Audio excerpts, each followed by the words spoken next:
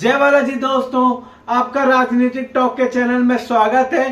तो आज हम बात करेंगे मिनिमम वेजेस यानी कि भारत सरकार द्वारा तय की गई न्यूनतम मजदूरी दर के बारे में। और आज इसके बारे में हम पूरा डिटेल से समझेंगे, तो वीडियो के अंत तक बने रहिएगा और राजनीतिक टॉक के चैनल को सब्सक्राइब करना ना भूलिएगा। तो चलिए देर ना करते हुए वीडियो स्टार्ट करते हैं, क्योंकि आज हम एक बहुत ही जरूरी टॉपिक समझने जा रहे हैं कि आपकी जॉब कैटेगरी क्या है और इससे आपकी सैलरी कैसे जुड़ी हुई है।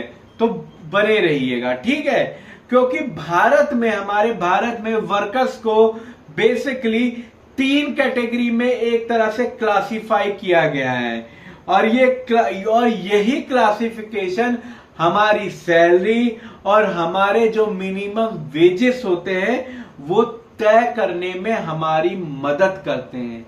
जैसे हमें किन किन कैटेगरी में बांटा गया है और किन किन कैटेगरी में किस किस हिसाब से सैलरी तय की गई है, और हर राज्य में इन 3 कैटेगरी के अनुसार ही एक बेसिक ऑफिस स्ट्रक्चर चलता है और कौन कौन इसके अंतर्गत आते हैं। ये 3 कैटेगरी सबसे मुख्य है। आपको भी अगर सरकारी साइट पे देखें हर राज्य की, तो आपको बेसिकली ये 3 कैटेगरी ही देखने को मिलेगी। तो ये 3 कैटेगरी कौन से हैं और इन सबको रेगुलेट कौन करता है? तो इन सबको रेगुलेट करता है कोड ऑन वेजेस 2019 का। कोड ऑफ वेजेस यानी कि जो सरकारी दर से जो सरकार द्वारा तय की गई मतलब आय वाली कर हो, मजदूरी दर हो, जिसे मजदूरी दर भी कह लो, या हमारी जो इनकम मिलती है, हमारी जो बेसिक है, जो सरकार द्वारा तय की गई कि इतना तो लोगों को मिलना ही चाहिए, वो कोड ऑफ वेजेस 2019 में तय के आर्टिकल मतलब ये कानून के संशोधित में तय की गई थी। और इसका उद्देश्य क्या है? इसका उद्देश्य यही है कि हर वर्कर को उसका मिनिमम वेज मिल सके, ये इसका महत्वपूर्ण उद्देश्य है। और इसी वजह से कि इन्होंने कोड ऑफ वेजेस 2019 में स्किल कैटेगरी बनाई कि हर स्किल को एक अलग तरीके से बांटा जाए और हर स्किल के हिसाब से उनको अपने काम के अनुसार उनको उनका पैसा मिल सके। तो अब स्किल कौन सी है तो वो जानेंगे। तो पहली स्किल हमारी आती है अनस्किल्ड यानी कि अकुशल व्यक्ति। अकुशल व्यक्ति ये नहीं है कि जो मतलब शारीरिक रूप से अपाहिज हो, वो नहीं, उसे अकुशल में नहीं गिनेंगे। अनस्किल्ड मतलब स्किल मतलब क्या होता है कि आपको कुछ चीज के बारे में अच्छी जानकारी हो, अकुशल मतलब जानकारी ना हो। तो ये हमारे अकुशल की डेफिनेशन हो गई। तो अकुशल ऐसे काम जिनमें स्पेशल ट्रेनिंग की जरूरत नहीं होती है, एजुकेशन जरूरी नहीं माना जाता इसमें, और ये बेसिकली बेसिक होती है या बिना पढ़ाई के भी ये काम संभव है। और इसका एग्जाम्पल के तौर पे इसमें कौन कौन आते, तो इसमें आएंगे हेल्पर और ये जो जनरल लेबर होते हैं वो आते हैं। हेल्पर या जनरल लेबर ये इनके अंतर्गत आते हैं। अनस्किल्ड में ये आते हैं, ध्यान रखिएगा दोस्तों। और दूसरा हम बात करेंगे स्किल्ड, नहीं सॉरी, अनस्किल्ड के बाद आता है, सॉरी दोस्तों, सेमी स्किल्ड यानी कि अर्धकुशल। अर्धकुशल वह व्यक्ति होते हैं जिनमें बेसिक स्किल या एक्सपीरियंस की इनमें जरूरत होती है, मतलब इनके पास बेसिक स्किल या मतलब ऐसे काम है जिसमें बेसिक स्किल तो भैया आनी चाहिए और तथा इनका एक्सपीरियंस होना भी बहुत बहुत आवश्यक होता है। तो बेसिक स्किल आए और एक्सपीरियंस आए।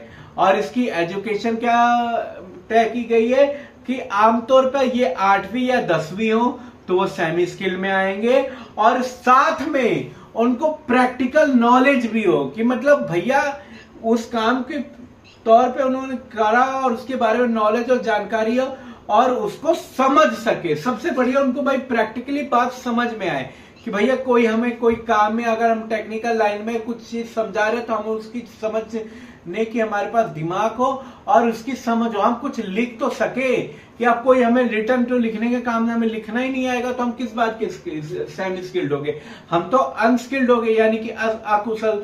तो सेमी स्किल्ड में ये लोग आते हैं। अब तीसरा सबसे महत्वपूर्ण स्किल्ड अब स्किल्ड लोग कौन व्यक्ति होते हैं? स्किल्ड यानी कि ऐसे काम जिनमें ट्रेनिंग और टेक्निकल नॉलेज की जरूरत होती है, और इस ट्रेनिंग मतलब उन्होंने ट्रेनिंग ली हो कहीं से बढ़िया और उनके पास टेक्निकल नॉलेज हो, तो ये स्किल्ड में आते हैं। और इसकी एजुकेशन होती है 10वीं 12वीं ITI या डिप्लोमा, या उनकी इक्विपमेंट स्किल ये होनी चाहिए, 10वीं 12वीं ITI डिप्लोमा होने चाहिए।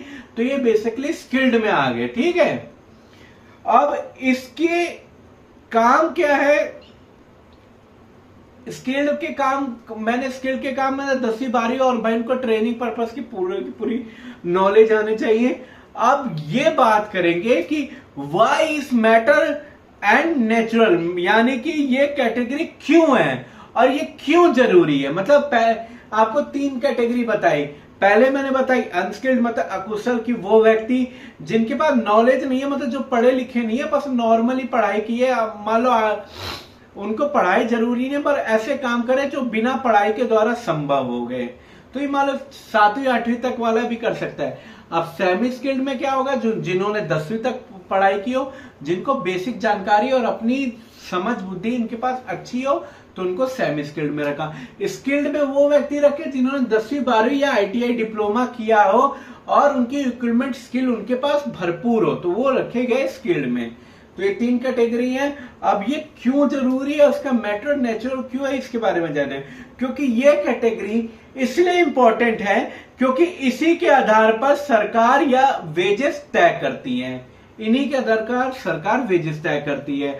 और हर स्टेट में के रेट्स भले ही अलग हो सकते हैं। मतलब अब जरूरी ये नहीं है कि सरकार ने भाई केंद्र ने वो पास कर दिया तो हर स्टेट के नहीं, हर स्टेट के इसके वेजेस अलग होते हैं। जैसे कि दिल्ली के अलग है, गुड़गांव के अलग है, गुड़गांव बोल रहा हूं, दिल्ली के अलग है, हरियाणा के अलग है, उत्तर प्रदेश के अलग है। तो ये सब चीजें भी अलग हो सकते हैं, लेकिन इनकी ये कैटेगरी बिल्कुल सिमिलर रहती है। वेजेस अलग हो सकते हैं पर कैटेगरी ऑल ओवर इंडिया में यही 3 कैटेगरी मानी गई है। और इसका रूपरेखा इसी तरीका से संचालन किया जाए, क्योंकि इसका मतलब एक बेसिक आपको ये बताऊं कि हमें इससे पहले सबसे पहले यही समझना जरूरी है कि आपकी जॉब किस कैटेगरी में है। मतलब आपको यह जानना जरूरी है, मैंने ये 3 कैटेगरी बताई कि आप किस कैटेगरी में जॉब करते हैं, तो ये आपको नॉलेजेबल होना जरूरी है, तभी आप अपने मिनिमम वेजेस के बारे में बात कर सकोगे। और यही चीज जानने के लिए आपको वेट करना पड़ेगा अगले पार्ट का, क्योंकि अगले पार्ट में हम देखेंगे कि इन अलग अलग राज्यों में इन कैटेगरीज के लिए कितनी मिनिमम वेजेस तय की गई है या तय की जाती है। तो ये चीज बहुत इंपॉर्टेंट है। तो अगले पार्ट में बने रहिएगा और ये जानिएगा कि हर राज्य में कितनी मिनिमम वेजेस तय की गई है। आज मैंने आपको सिर्फ 3 कैटेगरी बताई है, स्किल्ड, अनस्किल्ड या सेमी स्किल्ड। अब इन तीनों की हर राज्य ने कितनी सैलरी तय की गई है, इसके लिए हम मिलेंगे कल। तब तक के लिए ऐसी नॉलेजेबल वीडियो देखने के लिए राजनीति टॉक के चैनल को सब्सक्राइब कीजिए, शेयर कीजिए और कमेंट कीजिएगा जरूर, और प्लीज सपोर्ट कीजिएगा चैनल को। सबसे मुख्य बात, तब तक के लिए कल मिलते हैं, पर चैनल को सब्सक्राइब ना करना ना भूले और बेल आइकन जरूर दबाइएगा। जय बालाजी दोस्तों।